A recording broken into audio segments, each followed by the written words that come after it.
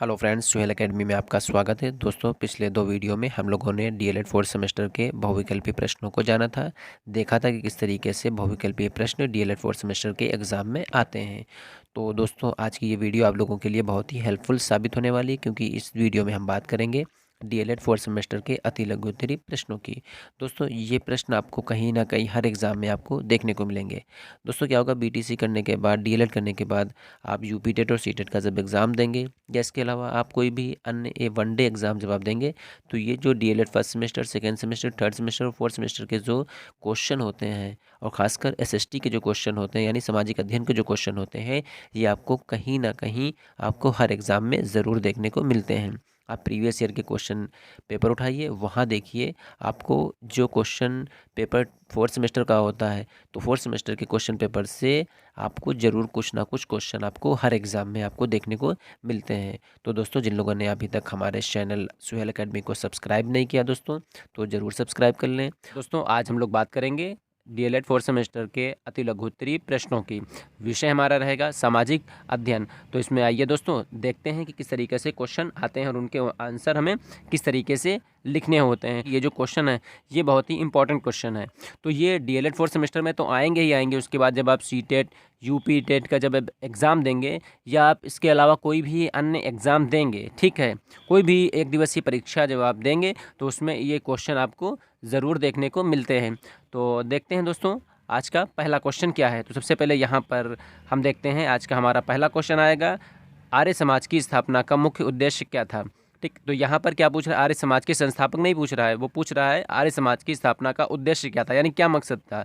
ठीक है, जो आर्य समाज की स्थापना की गई, तो इसका आर्य समाज की स्थापना का मुख्य उद्देश्य था वेद विद्या को जन जन में प्रचारित करने का है। ठीक है, उसके बाद सांप्रदायिकता का मुख्य कारण क्या है। तो सांप्रदायिकता का मुख्य कारण है छुआछूत और ऊंच नीच की भावना संप्रदायवाद के कारण फैलती है। ठीक है, उसके बाद चौरी चौरा कांड कहाँ हुआ था। तो दोस्तों, आपको पता है चौरी चौरा कांड उत्तर प्रदेश के गोरखपुर के पास हुआ था।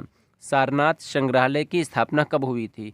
तो ये 1904 में हुई थी। फिर उसके बाद पाँचवां नंबर क्वेश्चन, जायद की फसलों में क्या क्या बोया जाता है। तो दोस्तों, जायद की फसलों में बोया जाता है तरबूज, खीरा, खरबूजा, ककड़ी, मूंग, उड़द आदि। ठीक है, फिर दोस्तों, ये जो क्वेश्चन हम बता रहे हैं आपको, ये 2022 के क्वेश्चन है। ठीक है, यानी 2022 के जो एग्ज़ाम हुआ था, उसमें ये क्वेश्चन आए थे। उसके बाद दोस्तों, अगला क्वेश्चन हमारा आता है, आतंकवाद क्या है। आपको अच्छे से पता होगा आतंकवाद क्या है। तो लोगों को अपने वश में करने अथवा, ठीक है, किसी लक्ष्य या उद्देश्य को प्राप्त करने के लिए हिंसा और डराने धमकाने का प्रयोग करना। भूस्खलन से क्या तात्पर्य, यानी भूस्खलन से आप क्या समझते हैं। ठीक है, तो इसका सीधा सा जो उत्तर होता है, यानी मिट्टी का जो कटाव या जो मिट्टी का गिरना होता है, वो भूस्खलन में शामिल होता है। ठीक है, आंसर आपको किस तरीके से लिखना है वो देखते हैं। तो धरातलीय हलचलों, यानी धरातल में कुछ हलचलें होती हैं, जैसे क्या होता है, पत्थर खिसकना या गिरना, पथरीली मिट्टी का बहाव इत्यादि भूस्खलन के अंतर्गत आते हैं। ठीक है, भूस्खलन कई प्रकार के हो सकते हैं। इसमें चट्टान के छोटे छोटे पत्थरों को गिरने से बहुत अधिक मात्रा में चट्टानों के टुकड़े और मिट्टी का बहाव शामिल हो सकता है। ठीक, इसका विस्तार कई किलोमीटर की दूरी तक हो सकता है। भारी वर्षा और बाढ़ या भूकंप के आने से भूस्खलन हो सकता है। फिर यहाँ पे अगला क्वेश्चन जो हमारा आता है 8 नंबर, उत्तर प्रदेश की प्रमुख 2 विद्युत परियोजनाओं के नाम लिखिए। तो बक्सर पावर प्रोजेक्ट और ताप्ती पावर प्रोजेक्ट। ठीक, उत्तर प्रदेश में प्रमुख आयात क्या क्या है। तो उत्तर प्रदेश में प्रमुख आयात क्या क्या है उसको देख लेते हैं यहाँ पे। तो कोयला, प्याज, दलहन और तिलहन का आयात किया जाता है। ठीक है, पर्यावरण की एक परिभाषा, यानी पर्यावरण किसे कहते हैं। ठीक है, तो हमारे चारों ओर जो फैला हुआ जो आवरण होता है, उसी को तो पर्यावरण कहते हैं। और कोविस्ट के द्वारा उन्होंने एक परिभाषा दी कि पर्यावरण उन सब बाहरी दशाओं और प्रभावों का योग है जो प्राणी अथवा अवयवी के जीवन और विकास पर प्रभाव डालते हैं। ठीक है, थियोसॉफिकल सोसाइटी की स्थापना किसके द्वारा की गई। वेरी इंपॉर्टेंट क्वेश्चन, बहुत क्वेश्चन ये आता है हर एग्जाम में, ये क्वेश्चन देखने को मिलता है। तो ये रूसी निवासी महिला थी वो। ठीक है, मैडम हेलेन पेट्रोवाना ब्लावस्की। ठीक है, और अमेरिका निवासी कर्नल हेनरी स्टील ओलकॉट ने 17 नवंबर सन 1875 को न्यूयॉर्क में थियोसॉफिकल सोसाइटी की स्थापना की थी। ध्यान रखिएगा, भारत में थियोसॉफिकल सोसाइटी की जो स्थापना का जो श्रेय दिया जाता है, वो एनी बेसेंट को दिया जाता है। क्लियर। तो 12 नंबर क्वेश्चन, यंग इंडिया नामक समाचार पत्र किसके द्वारा निकाला जाता था। ठीक है, तो यंग इंडिया एक साप्ताहिक पत्रिका थी जिसे गांधी जी द्वारा प्रकाशित किया जाता था। यह पत्रिका अंग्रेजी में निकलती थी। 13 नंबर क्वेश्चन पर हम पहुंचते हैं, देखते हैं कि क्या क्वेश्चन है। अंतर्राष्ट्रीय न्यायालय की आधिकारिक मान्यता प्राप्त भाषाएं कौन कौन सी हैं? ठीक है, यानी ये अंतर्राष्ट्रीय न्यायालय है, यहाँ पर जो भाषाएं यूज़ की जा रही हैं, आधिकारिक मान्यता प्राप्त जो भाषाएं हैं वो दो हैं, फ्रांसीसी और अंग्रेजी। ठीक, फिर अगला क्वेश्चन बहुत ही इंपॉर्टेंट, विश्व पर्यावरण दिवस कब मनाया जाता है? तो 5 जून को विश्व पर्यावरण दिवस मनाया जाता है। अब देखिए क्या ये 2017 और 22 में भी पूछा गया है। संसद के दोनों सदनों का सत्रावसान कौन करता है? संसद के जो दोनों सदन हैं उनकी बैठक का आयोजन कौन करता है? ठीक है, तो वो राष्ट्रपति करता है। ठीक है, संसद के दो सदन कौन कौन से हैं? एक लोकसभा, एक राज्यसभा होती है। ठीक है, फिर उत्तर प्रदेश में लोकसभा व राज्यसभा की सीटें कितनी हैं? ठीक है, 2017 में क्वेश्चन आया है, तो उत्तर प्रदेश में लोकसभा की 80 सीटें हैं। ध्यान रखिएगा, उत्तर प्रदेश में लोकसभा की सीटें हैं, ठीक है, 80 हैं, और राज्यसभा की जो सीटें हैं वो 31 हैं। लोकसभा क्या होता है? यहाँ पे प्रत्यक्ष मतदान होता है। ठीक है, यहाँ पे अप्रत्यक्ष मतदान के द्वारा ये सीटें, मतलब राज्यसभा के सदस्यों का जो है चुनाव होता है यहाँ पे, और यहाँ पे प्रत्यक्ष जनता के द्वारा होता है। ठीक है, ध्यान रखिएगा इस चीज़ को। उत्तर प्रदेश के किस जिले में यूरेनियम पाया जाता है?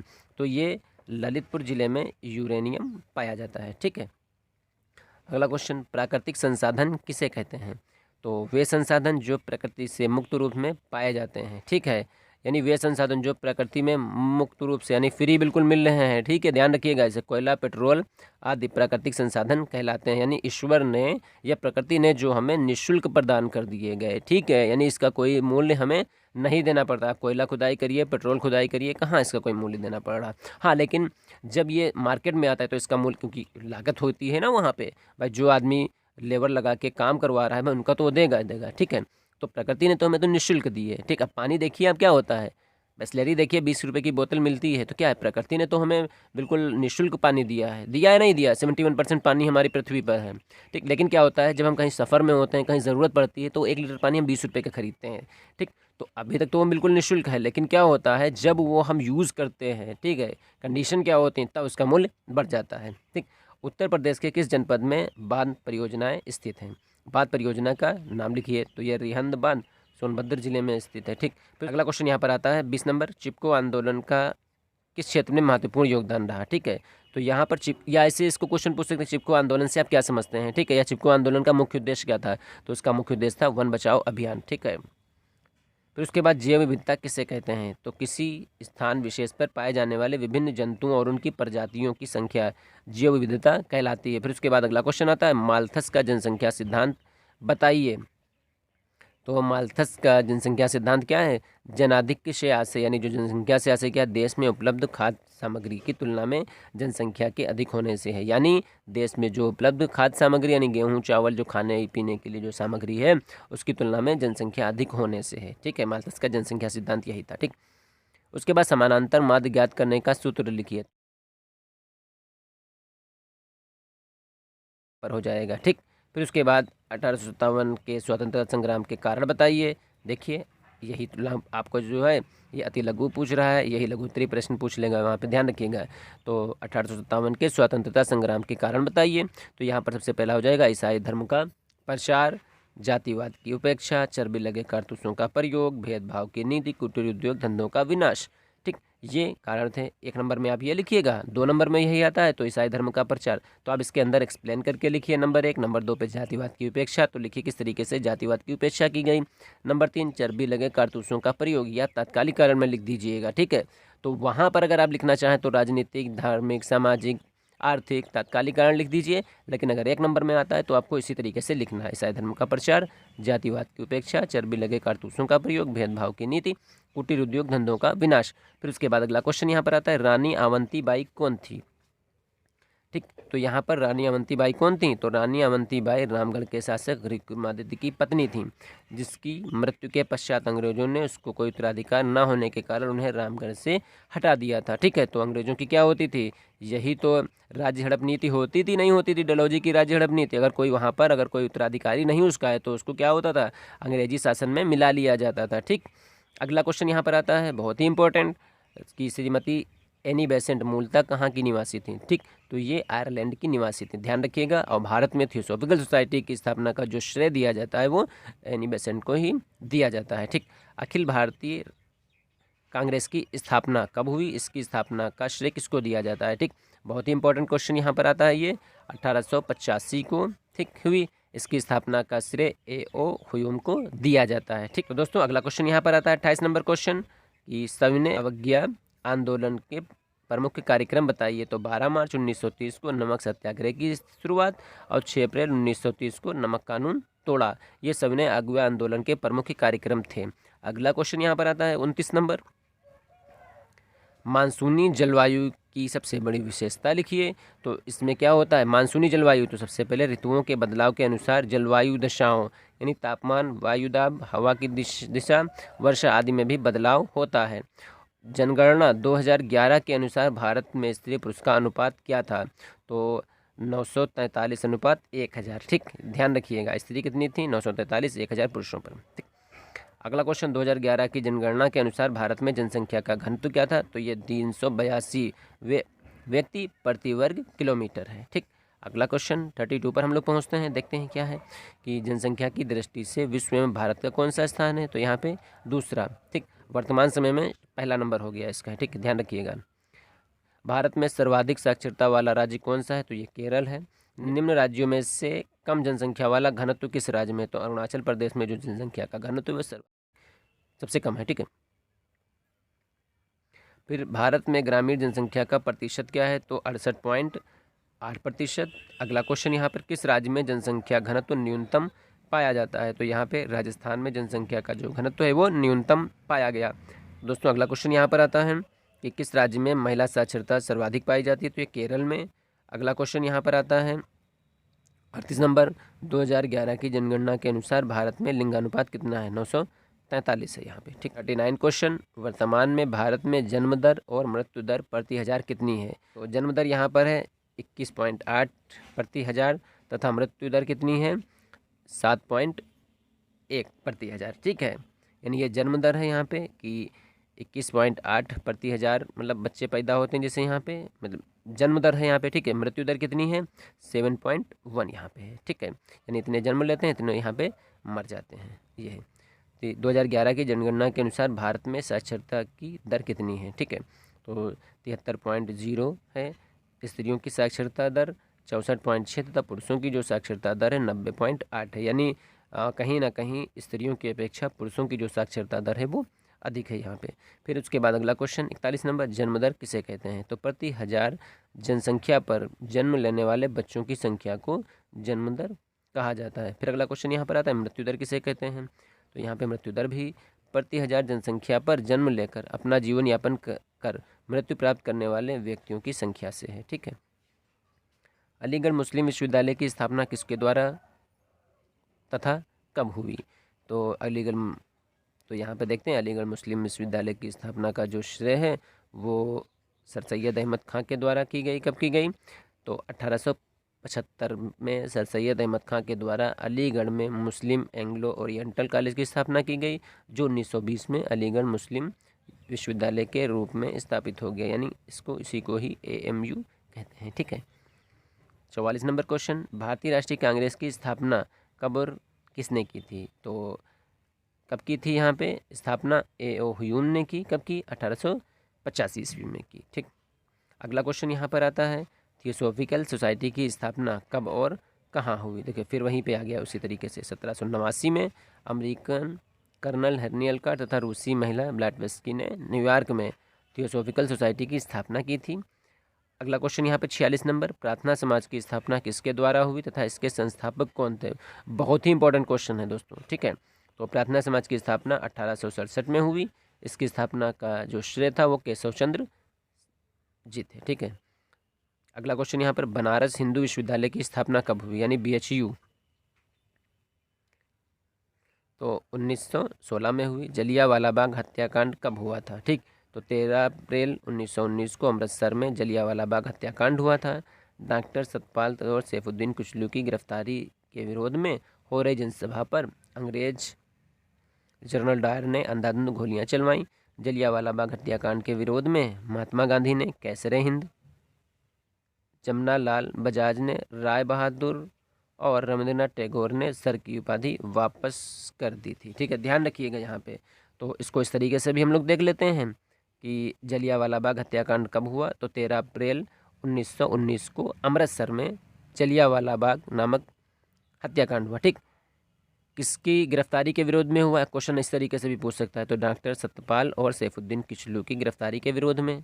ठीक, किसने गोलियां चलवा दी या कौन सा मतलब जनरल था उस वक्त? तो जनरल डायर के आदेश पर, ठीक है, सैनिकों ने गोलियां चलाई। ठीक, अब क्या हुआ, इसे कभी कभी क्वेश्चन पूछता है कि गांधी जी ने कैसरे हिंद की उपाधि क्यों वापस कर दी? ठीक है, तो जलियांवाला बाग हत्याकांड के विरोध में गांधी जी ने कैसरे हिंद की उपाधि लौटा दी। या क्वेश्चन पूछ सकता है कि अंग्रेजों के द्वारा गांधी जी को कौन सी उपाधि दी गई थी? तो कैसरे हिंद की उपाधि दी गई थी, ध्यान रखिएगा। जमना लाल बजाज ने क्या हुआ, उसी विरोध में राय बहादुर की उपाधि और रविंद्रनाथ टैगोर ने सर की उपाधि लौटा दी। तो ये जो उपाधियां थी, कैसरे हिंद, गांधी जी को अंग्रेजों ने कैसरे हिंद की उपाधि दी, जमना लाल बजाज को राय बहादुर और रविंद्रनाथ टैगोर को सर की उपाधि अंग्रेजों ने दी थी। तो क्या हुआ, जब 13 अप्रैल 1919 को अमृतसर में जलियांवाला बाग हत्याकांड हुआ तो इन तीनों ने क्या किया, अपनी अपनी उपाधि अंग्रेजों को वापस कर दी। क्लियर? अगला क्वेश्चन चलिए देखते हैं यहाँ से। रामकृष्ण मिशन के कार्य लिखिए। ठीक है, तो यहाँ पे 3 कार्य आप लिख दीजिए, आपका 1 नंबर क्लियर हो जाएगा। ठीक है, तो यहाँ पे क्या है, मानव जाति की सराहनीय सेवा करना, यानी मानव जाति की आपको सेवा करना है। इस मिशन के माध्यम से देश भर में शिक्षा संस्थाओं की स्थापना, बहुत ही अच्छा काम था। शिक्षा संस्थाओं की अगर स्थापना की जा रही है तो बहुत ही अच्छा काम है। ठीक है, मानव जाति की सेवा करना बहुत ही अच्छा काम। देश विदेश में भारतीय संस्कृति का प्रचार प्रसार करना, ये भी एक अच्छा काम है। ठीक है, रोलट एक्ट क्या था? 50 नंबर क्वेश्चन। ठीक है, तो रोलट एक्ट ब्रिटिश संसद द्वारा पास किया गया एक कानून था। ठीक है, अगला क्वेश्चन यहाँ पर हम देख लेते हैं। 51 नंबर क्वेश्चन, असहयोग आंदोलन क्यों चलाया गया? तो और इसके क्या कारण थे? तो महात्मा गांधी ने 1 अगस्त 1920 को असहयोग आंदोलन चलाया। इसके मुख्यतः 2 कारण थे, ब्रिटिश द्वारा लाए गए रोलट एक्ट का विरोध करना और जलियांवाला बाग हत्याकांड का विरोध करना। तो ये असहयोग आंदोलन के मुख्य कारण थे यहाँ पे। ठीक है, फिर उसके बाद साइमन कमीशन क्या था, इसका विरोध क्यों हुआ, ये जानते हैं। फिर 1928 को साइमन कमीशन भारत आया। इसे व्हाइट मैन कमीशन भी कहा जाता है। ये कमीशन पूरी तरह अंग्रेजी कमीशन था, इसमें भारतीय सहमति नहीं थी, फलतः प्रस्ताव पारित कर इसका विरोध का निर्णय लिया। 30 अक्टूबर 1928 को लाहौर में साइमन आयोग के विरुद्ध प्रदर्शन करते हुए पुलिस की लाठी से लाला लाजपत राय घायल हो गए और बाद में उनकी मृत्यु हो गई थी। ठीक, फिर अगला क्वेश्चन यहाँ पर देखते हैं, 1857 की क्रांति कहाँ से प्रारंभ हुई थी? ठीक है, तो 1857 की जो क्रांति थी वो 10 मई 1857 को मेरठ से प्रारंभ हुई। 1857 की स्वाधीनता संग्राम के 4 प्रमुख नेताओं के नाम लिखिए। ठीक है, तो यहाँ पे तात्या तोपे, नाना साहब, मंगल पांडे और बहादुर शाह जफर हो गए। ठीक, मंगल पांडे कौन था? मंगल पांडे को फांसी कब दी गई थी? तो मंगल पांडे बैरकपुर छावनी के सैनिक थे। 29 मार्च 1857 को मंगल पांडे नामक सैनिक ने बैरकपुर में गाय की चर्बी मिले कारतूसों को मुंह से काटने से स्पष्ट मना कर दिया। ठीक है, तो ये जो क्या था, चर्बी युक्त कारतूसों का प्रयोग जो था वो 1857 की क्रांति का तत्कालिक कारण था। ठीक है, यानी राजनीतिक, आर्थिक, धार्मिक, सामाजिक कारण तो थे, लेकिन एक तात्कालिक कारण क्या था, वो चर्बी युक्त कारतूसों का प्रयोग था। ठीक, तो इसके फलस्वरूप क्या हुआ, उसे गिरफ्तार करके 8 अप्रैल 1857 को फांसी दे दी गई थी। तो यहाँ से क्वेश्चन और बन जाता है कि मंगल पांडे को फांसी कब दी गई। ठीक, तो ये जो क्वेश्चन यहाँ से होते हैं इस तरीके से एक्सप्लेन करके होते हैं, यहीं से ऑब्जेक्टिव क्वेश्चन बन जाते हैं। ठीक है, तो इनको ध्यान रखिएगा, आप अच्छे से इनको पढ़िएगा। ठीक, फिर उसके बाद 56 नंबर क्वेश्चन पर हम पहुंचते हैं। तो देखते हैं 1857 में बैरकपुर छावनी में 2 ब्रिटिश अधिकारियों की हत्या करने वाला सैनिक कौन था? तो दोस्तों मंगल पांडे था। बहादुर शाह जफर कौन थे? तो बहादुर शाह जफर जो थे वो अंतिम मुगल सम्राट थे। ठीक, और ये दिल्ली के उस वक्त शासक थे जब 1857 की क्रांति हुई और क्रांति का नेतृत्व भी इन्होंने ही किया था। ठीक, अगला क्वेश्चन यहाँ पर दोस्तों आता है, तात्या टोपे कौन था और फांसी कब दी गई? तो इसका जो वास्तविक नाम था तात्या टोपे का वास्तविक नाम रामचंद्र पांडुरंग था। क्वेश्चन बहुत आता है कि तात्या टोपे का वास्तविक नाम बताइए, तो रामचंद्र पांडुरंग था। ठीक, 18 अप्रैल 1859 को शिवपुरी में अंग्रेजों द्वारा इन्हें फांसी पर लटका दिया गया था। ठीक है, थियोसॉफिकल सोसाइटी का मुख्यालय भारत में कहाँ स्थापित हुआ? ठीक, देखिए भारत की बात कर रही हैं, तो यहाँ पे थियोसॉफिकल सोसाइटी का मुख्यालय भारत में अड्यार चेन्नई में स्थापित हुआ। श्रीमती एनी बेसेंट एक आयरिश महिला थी जो 1893 में थियोसॉफिकल सोसाइटी की अध्यक्ष बनी थी। आर्य समाज के प्रमुख ग्रंथ का नाम लिखिए, इसकी रचना किसने की थी? तो प्रमुख ग्रंथ कौन सा था? सत्यार्थ प्रकाश, और इसके जो रचयिता थे या लेखक थे या रचनाकार थे वो दयानंद सरस्वती थे। ठीक है। दादा भाई नौरोजी कौन थे? तो दादा भाई नौरोजी उग्रवादी दल के नेता थे। गोपाल कृष्ण गोखले का जन्म कब और कहाँ हुआ? तो गोपाल कृष्ण गोखले का जन्म 9 मई 1866 को महाराष्ट्र के एक निर्धन परिवार में हुआ था। 1905 में इन्होंने भारत सेवक समाज नामक संस्था की स्थापना की और 1915 में इनकी मृत्यु हो गई थी। कभी कभी क्वेश्चन होता है भारत समाज सेवक जो संस्था थी उसकी स्थापना किसने की? तो उसकी स्थापना गोपाल कृष्ण गोखले ने की। जन्म कब हुआ? तो 9 मई 1866 को इनका जन्म हुआ। इनकी मृत्यु कब हुई? तो 1915 में इनकी मृत्यु हो गई थी। ठीक। गांधी इरविन पैक्ट कब हुआ था, यानी गांधी इरविन समझौता कब हुआ था? तो 4 मार्च 1931 को गांधी इरविन पैक्ट हुआ। इसके बाद गांधी जी ने सविनय अवज्ञा आंदोलन स्थगित कर दिया था। ठीक है। गांधी इरविन समझौते को दिल्ली समझौते के नाम से भी जाना जाता है। 64 नंबर कि द्वितीय गोलमेज सम्मेलन कब हुआ? तो 7 सितंबर 1931 को दूसरा यानी द्वितीय गोलमेज सम्मेलन हुआ। गांधी जी ने इस सम्मेलन में भाग लिया था। ठीक। ये सिद्धांत का प्रतिपादन किसने किया? तो जिन्ना ने गांधी जी पर हिंदू राज्य स्थापित करने का आरोप लगाकर सांप्रदायिकता को भड़काते हुए द्विराष्ट्र सिद्धांत का प्रतिपादन किया। ठीक है, यानी 2 राष्ट्र होंगे यहाँ पे। ठीक। महात्मा गांधी को राष्ट्रपिता क्यों कहते हैं? आइए देखते हैं। तो भारत में वर्तमान स्वरूप की परिकल्पना, उसकी आधारभूत वैचारिक संरचना, निर्माण पद्धति, दिशा निर्धारण सभी कुछ महात्मा गांधी के कारण संभव हुआ। भय, संदेह और कमजोरियों से देश को मुक्त करके अभूतपूर्व शक्ति का संचार करके गांधी जी ने नए भारत का निर्माण किया था, इसलिए उन्हें राष्ट्रपिता कहा जाता है। सर्वप्रथम इन्हें राष्ट्रपिता कहकर सुभाष चंद्र बोस ने संबोधित किया था। तो देखिए एक क्वेश्चन यहाँ से मिलेगा वेरी इंपॉर्टेंट कि गांधी जी को सर्वप्रथम राष्ट्रपिता किसने कहा? तो ये सुभाष चंद्र बोस ने कहा। क्यों कहा जाता है, उसके कारण क्या थे? तो भारत में वर्तमान स्वरूप की परिकल्पना, उसका आधारभूत वैचारिक संरचना, निर्माण पद्धति, दिशा निर्धारण सभी कुछ महात्मा गांधी के कारण संभव हुआ। ठीक है। भय, संदेह और कमजोरियों से देश को मुक्त करने, ठीक है, मुक्त करके अभूतपूर्व शक्ति का संचार करके गांधी जी ने नए भारत का निर्माण किया था, इसलिए इन्हें राष्ट्रपिता कहा जाता है। ठीक है। लेकिन सबसे पहले इन्हें राष्ट्रपिता किसने कहा था? ये सुभाष चंद्र बोस ने कहा था। ठीक है। आइए अगला क्वेश्चन देखते हैं। सुभाष चंद्र बोस का जन्म कब और कहाँ हुआ? तो 23 जनवरी 1897 को कटक उड़ीसा में इनका जन्म हुआ था, सुभाष चंद्र बोस का। 68 नंबर क्वेश्चन, 1857 के प्रथम स्वाधीनता संग्राम के दौरान भारत का गवर्नर जनरल कौन था? तो गवर्नर जनरल लॉर्ड कैनिंग था यहाँ पे। ठीक है। 1857 के प्रथम स्वाधीनता संग्राम पर लिखी गई सरकारी किताब कौन सी है? तो सरकारी किताब है 1857 का स्वतंत्रता संग्राम। ठीक है। इसके जो लेखक थे वो थे विनायक दामोदर सावरकर थे। साइंटिफिक सोसाइटी की स्थापना किसके द्वारा की गई? तो साइंटिफिक सोसाइटी की स्थापना सर सैयद अहमद खान ने की थी। ठीक। स्वामी विवेकानंद के बचपन का नाम, इनके बचपन का नाम नरेंद्र नाथ था। अगला क्वेश्चन यहाँ से दोस्तों देखते हैं कि 18 बंगाल विभाजन के समय भारत का वायसराय कौन था? तो बंगाल विभाजन के समय भारत का वायसराय लॉर्ड कर्जन था। 1911 में दिल्ली में आयोजित दिल्ली दरबार में इंग्लैंड का कौन सा सम्राट सम्मिलित हुआ? तो ये जॉर्ज पंचम शामिल हुआ था। अगला क्वेश्चन होता है दोस्तों कि चोरी चोरा कांड किस आंदोलन के दौरान हुआ था? तो चोरी चोरा कांड असहयोग आंदोलन के दौरान हुआ था। किस गोलमेज सम्मेलन में गांधी जी ने भाग लिया? तो गांधी जी ने दूसरे गोलमेज सम्मेलन में भाग लिया था। फिर उसके बाद अगला क्वेश्चन यहाँ पर आता है, संयुक्त राष्ट्र संघ की सुरक्षा परिषद में कितने सदस्य राष्ट्र होते हैं? तो यहाँ पे 15 सदस्य, 5 स्थायी तथा 10 अस्थायी होते हैं। ठीक है।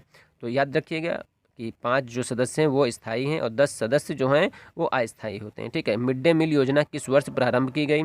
तो मिड डे मील योजना 1995 में शुरू की गई थी। अगला क्वेश्चन, सूर्य से आने वाली हानिकारक पराबैंगनी किरणों के कौन सा रोग उत्पन्न होता है? तो यहाँ पर त्वचा में कैंसर का रोग उत्पन्न होता है, ध्यान रखिएगा यहाँ से। ठीक है। नदियों में जल प्रदूषण की माप किससे की जाती है? तो नदियों में जल प्रदूषण की माप बायोलॉजिकल ऑक्सीजन डिमांड BOD से की जाती है। ठीक है। 2011 की जनगणना के अनुसार भारत का लिंगानुपात कितना है? तो 2011 की जनगणना के अनुसार भारत का लिंगानुपात 940 यहाँ पे। अगला क्वेश्चन यहाँ पे विटिकल्चर क्या है? ठीक है, तो विटिकल्चर अंगूर से संबंधित उद्यान विज्ञान की एक शाखा है। इसमें अंगूरों की बुवाई, पोषण, देखरेख और फलोत्पादन का अध्ययन किया जाता है। अगला क्वेश्चन, भारत पृथ्वी पर किस गोलार्ध में स्थित है? तो भारत पृथ्वी के पूर्वी गोलार्ध में स्थित है। 1857 के विद्रोह के 2 असफलता के कारण बताइए। तो यहाँ पे 1857 की जो असफलता थी उसके कारण 2 थे। ठीक है, तो स्वतंत्रता संग्राम में सैनिकों के पास सैन्य सामग्री का अभाव और स्वतंत्रता संग्राम में कुशल नेतृत्व का न होना। अगला क्वेश्चन यहाँ पर आता है, कृषि पर आधारित 2 उद्योगों के नाम लिखिए। तो कपड़ा उद्योग और चीनी उद्योग, यानी जो कृषि पर आधारित हैं तो कपड़ा उद्योग होगा और चीनी उद्योग हो जाएगा। ठीक, नेहरू रिपोर्ट कब प्रस्तुत की गई थी? तो 28 अगस्त 1928 को ये प्रस्तुत की गई थी। कानपुर का लाल इमली उद्योग किस उद्योग के लिए प्रसिद्ध है? तो यहाँ पे वस्त्र उद्योग के लिए प्रसिद्ध है। तो लाल इमली से मतलब इमली उद्योग मत समझ लेना, यहाँ पे वस्त्र उद्योग से के लिए प्रसिद्ध है ये। ठीक है, प्रथम गोलमेज सम्मेलन कब से कब तक चला? तो दोस्तों प्रथम गोलमेज सम्मेलन नवंबर 1930 से जनवरी 1931 तक चला। व्यक्ति के कानों के लिए सामान्यतः ध्वनि तीव्रता कितनी होती है? तो 60 डेसिबल। ठीक, अगर इससे ज़्यादा की ध्वनि होगी तो वो कहीं ना कहीं हानिकारक हो जाएगी। अस्पृश्यता का अंत किस अनुच्छेद में वर्णित है? तो अनुच्छेद 17 में।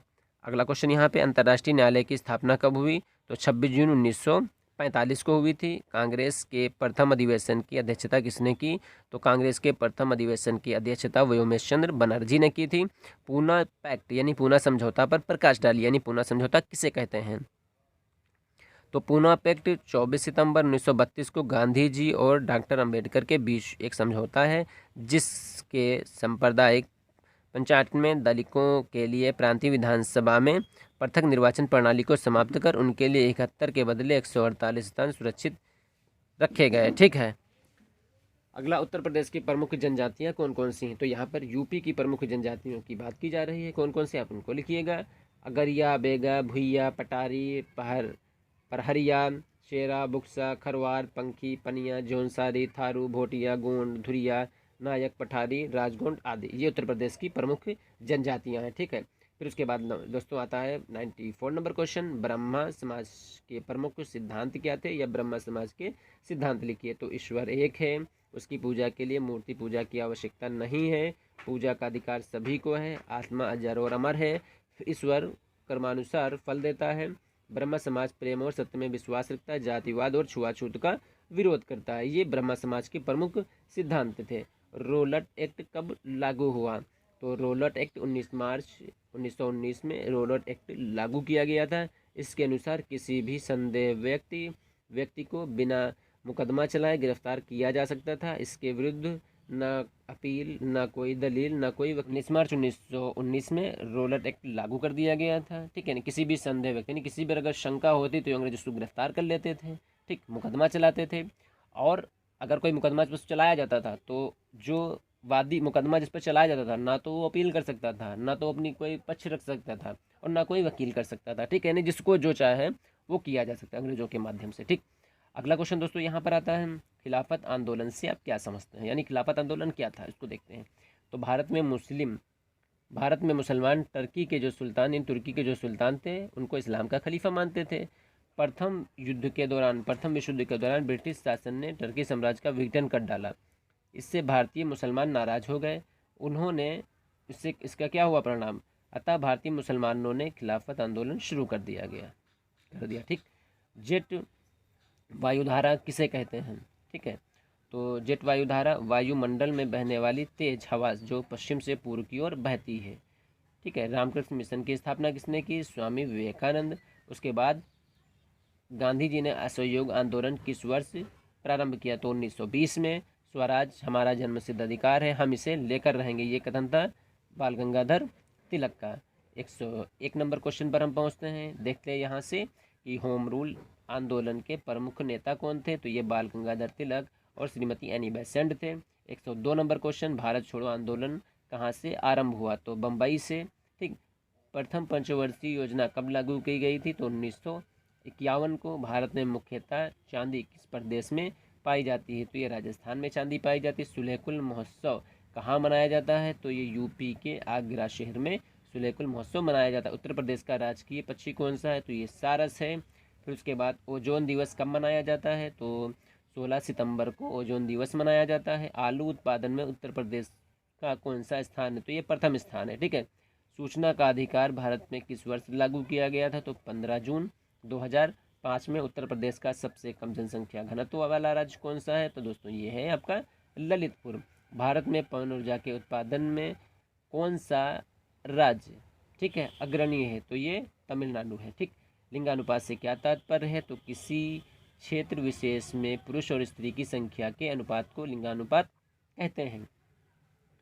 113 नंबर क्वेश्चन, भारत में राष्ट्रीय आंदोलन के नरम दल के 2 प्रमुख नेताओं के नाम लिखिए।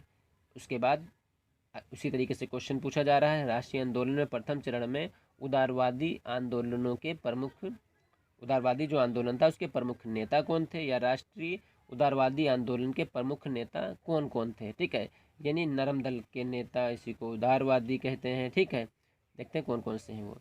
तो राष्ट्रीय उदारवादी आंदोलन के प्रमुख नेता थे दादा भाई नौरोजी, महागोविंद रानाडे, फिरोज शाह मेहता, सुरेंद्र नाथ बनर्जी, व्योमेश चंद्र बनर्जी, ठीक, गोपाल कृष्ण गोखले, मदन मोहन मालवीय, के मिश्रा और पृथ्वी चंद्र राज। उसके बाद अगला क्वेश्चन यहाँ पे, गांधी जी ने 11 फरवरी 1920 को असहयोग आंदोलन क्यों स्थगित कर दिया? यानी जो असहयोग आंदोलन था उसे क्यों स्थगित कर दिया गया था? तो यहाँ से देखते हैं कि 5 फरवरी 1922 को गोरखपुर के निकट चौरी चौरा गाँव में पुलिस ने भीड़ पर गोली चलाई। जब उसका गोला बारूद समाप्त हो गया तो पुलिस जनों ने अपने को थाने में बंद कर लिया। यानी पुलिस ने क्या किया? अपने आप को थाने में बंद किया। भीड़ ने थाने में आग लगा दी, जिससे क्या हुआ? 22 व्यक्ति जलकर मर गए। ठीक है। जब ये सूचना गांधी जी को मिली तो उन्होंने क्या किया? असहयोग आंदोलन रोक दिया, क्योंकि असहयोग आंदोलन हिंसात्मक हो गया था। अगला क्वेश्चन दोस्तों आता है, सविनय अवज्ञा आंदोलन का प्रमुख कार्यक्रम क्या था? तो इसमें एक कार्यक्रम था, यानी कौन कौन से कार्य थे? तो नमक कानून तोड़ने के लिए कार्यक्रम निश्चित किया गया था। इसके लिए गांधी जी ने दांडी यात्रा की। विदेशी वस्तुओं का बहिष्कार का कार्यक्रम निश्चित किया गया था। गांधी जी ने गांव में ताड़ी के सभी वृक्षों को काट डालने का आदेश दिया। गांव में जाति पंचायतों से अपील की कि अपनी बिरादरी वालों से मदिरा त्याग का अनुरोध करें। अगला क्वेश्चन यहाँ पर आता है, जिन्ना ने गांधी पर क्या आरोप लगाया? ठीक, तो जिन्ना ने गांधी पर आरोप लगाया कि गांधी जी हिंदूवादी हैं। उसने कहा कि पिछले 10 वर्षों में जो हिंदू मुस्लिम तनाव बढ़ा है उसके लिए गांधी जी और कांग्रेस जिम्मेदार हैं। प्रांतों में कांग्रेस मंत्रिमंडल का बहुसंख्यक मुसलमानों का विश्वास प्राप्त नहीं है। गांधी जी हिंदूवादी विचारधारा से काम कर रहे हैं। ठीक है। तो अगला क्वेश्चन यहाँ पर आता है, लाला लाजपत राय की मृत्यु किन कारणों से हुई थी? तो यहाँ पे 1928 में उन्होंने साइमन कमीशन का विरोध किया और लाहौर में एक जुलूस निकाला। ठीक, तो पुलिस अधिकारी सैंडर्स ने उन पर बड़े घातक लाठी से प्रहार किया, जिसके कारण 7 नवंबर 1928 को उनका स्वर्गवास हो गया था। अगला क्वेश्चन यहाँ पर देखते हैं कि स्वतंत्र भारत की प्रमुख उपलब्धि क्या थी? ठीक है, तो मतदान का अधिकार मिला, अंतरिक्ष कार्यक्रम, विविधता में एकता का नारा, विकासशील भारत का विकसित भारत की ओर जाना। ठीक है, यानी पहले क्या था? मतदान का अधिकार। जब देश आज़ाद हुआ तो क्या हुआ? मतदान का अधिकार मिल गया, अंतरिक्ष कार्यक्रम बनाए गए, जिससे क्या हुआ? आज हम लोग चंद्रमा पर भी पहुंच गए हैं। ठीक है। फिर उसके बाद विविधता में एकता का नारा दिया गया, विकासशील भारत का विकास भारत की ओर जाना, यानी विकासशील जो भारत था वो विकसित भारत की ओर जा रहा है। देखिए कितना प्रोग्रेस हम लोग कर रहे हैं। ठीक है। फिर उसके बाद अगला क्वेश्चन था, यूनेस्को का पूरा नाम बताइए। तो United Nation Educational Scientific and Culture Organisation. ठीक है, ये यूनेस्को का पूरा नाम था। अगला क्वेश्चन आता है, भारत के अंतर्गत कौन कौन से द्वीप आते हैं? तो अंडमान निकोबार द्वीप समूह और लक्षद्वीप द्वीप समूह। उसके बाद अगला क्वेश्चन, भारतीय जलवायु को प्रभावित करने वाले कारक बताइए। तो स्थिति, उच्चावच, भूपृष्ठीय हवा और अपरिवर्तन वायु धाराएं। यहाँ पे प्राकृतिक आपदाएं कौन कौन सी हैं? ठीक है, तो अब प्राकृतिक आपदाएं कौन सी हैं? बाढ़ आती है, सूखा होता है, भूस्खलन होता है, भूकंप आता है, समुद्री तूफान और लहरें, ये प्राकृतिक आपदाएं हैं। ठीक, चक्रवात को किन किन नामों से जाना जाता है? ठीक है, तो चक्रवात को हरिकेन भी कहते हैं, टाइफून भी कहते हैं, विली विलेज कहते हैं, टॉर्नेडो कहते हैं, ट्विस्टर। ये अलग अलग स्टेटों में अलग अलग जो है, अलग अलग देशों में जो है इसको अलग अलग नामों से जाना जाता है। ठीक है। पैराबैंगनी किरणों से निकलने वाली 2 घातक बीमारियों के नाम बताइए। यानी पैराबैंगनी जो किरणें होती हैं उनसे होने वाली 2 घातक बीमारी। ठीक, तो त्वचा का कैंसर होता है और मोतियाबिंद होता है। ठीक है, तो दोस्तों यहाँ पर देखते हैं 125 नंबर क्वेश्चन। उत्तर प्रदेश में मिट्टी का उपयोग किन कार्यों में होता है? तो बर्तन बनाने में मिट्टी यूज़ होती है, अलग अलग तरह की फसलें करने के लिए, सीमेंट बनाने में और ईंट बनाने में। रिहंद बांध परियोजना किस प्रदेश, किस जिला तक किस नदी पर है? तो रिहंद बांध परियोजना यूपी के सोनभद्र जिले में रिहंद नदी यानी रेणुका नदी पर स्थित है। फिर उसके बाद वनोन्मूलन का पर्यावरण पर क्या प्रभाव पड़ा? जलवायु और भौगोलिक स्थिति में परिवर्तन ला रहा है। वनोन्मूलन ग्लोबल वार्मिंग में योगदान देता है और हरित प्रभाव को बढ़ावा देने के लिए एक मुख्य कारक है। उष्णकटिबंधीय वनोन्मूलन दुनिया की 20% ग्रीन हाउस गैस उत्सर्जन करने हेतु उत्तरदायी है। फिर उसके बाद भारत का राज चिन्ह अशोक स्तंभ, चिन्ह स्तंभ कहाँ की अनुकृति की है? यानी अशोक स्तंभ, भारत का जो राजकीय चिन्ह है अशोक स्तंभ कहाँ से लिया गया? ठीक, तो ये राजकीय राष्ट्रीय प्रतीक है। ठीक है, ये तो आपको पता ही है, इसको सारनाथ से में मिली अशोक लाट से लिया गया। उत्तर प्रदेश की प्रमुख नदियों की लंबाई को घटते हुए क्रम में आपको लिखना है। तो उत्तर प्रदेश की प्रमुख नदियों की लंबाई घटते हुए क्रम में इस प्रकार है। सिंधु नदी की लंबाई 3180 किलोमीटर, गंगा नदी की लंबाई 2525 किलोमीटर, यमुना नदी की लंबाई 1376 किलोमीटर, करनाली या घाघरा नदी की लंबाई 1080 किलोमीटर, चंबल नदी की लंबाई 960 किलोमीटर, गोमती नदी की लंबाई 900 किलोमीटर, रामगंगा नदी की लंबाई 690 किलोमीटर, राप्ती नदी की लंबाई 600 किलोमीटर, बेतवा नदी की लंबाई 590 किलोमीटर। तो दोस्तों ये रहे अति लघु उत्तरीय प्रश्न की एक जो श्रृंखला चल रही थी, वो पूरे के पूरे अति लघु उत्तरीय प्रश्न यहाँ पर सॉल्व करवा दिए गए हैं और बताया गया कि किस तरीके से आपको इनके आंसर आपको लिखना है। तो दोस्तों जिन लोगों ने अभी तक हमारे चैनल सुहेल अकेडमी को सब्सक्राइब नहीं किया दोस्तों, तो वो ज़रूर सब्सक्राइब कर लें। वीडियो पसंद आई हो तो वीडियो को लाइक करें और वीडियो को अपने डीएलएड दोस्तों में ज़रूर शेयर करें। मिलते हैं दोस्तों किसी और दिन किसी और न्यू टॉपिक के साथ।